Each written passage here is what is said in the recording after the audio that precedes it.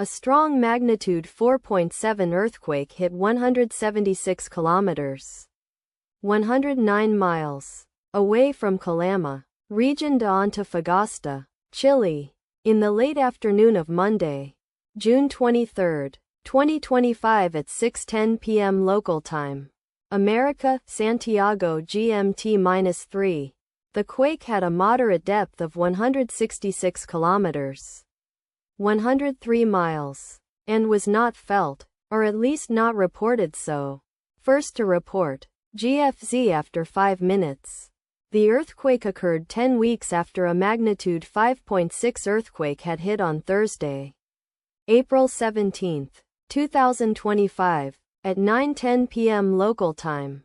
America, Santiago GMT-3, in 26 kilometers, 16 miles, distance to the northwest. Data source from Volcano Discovery.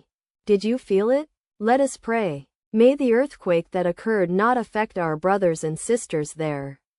May the earthquake not happen again. And may God protect everyone. Amen.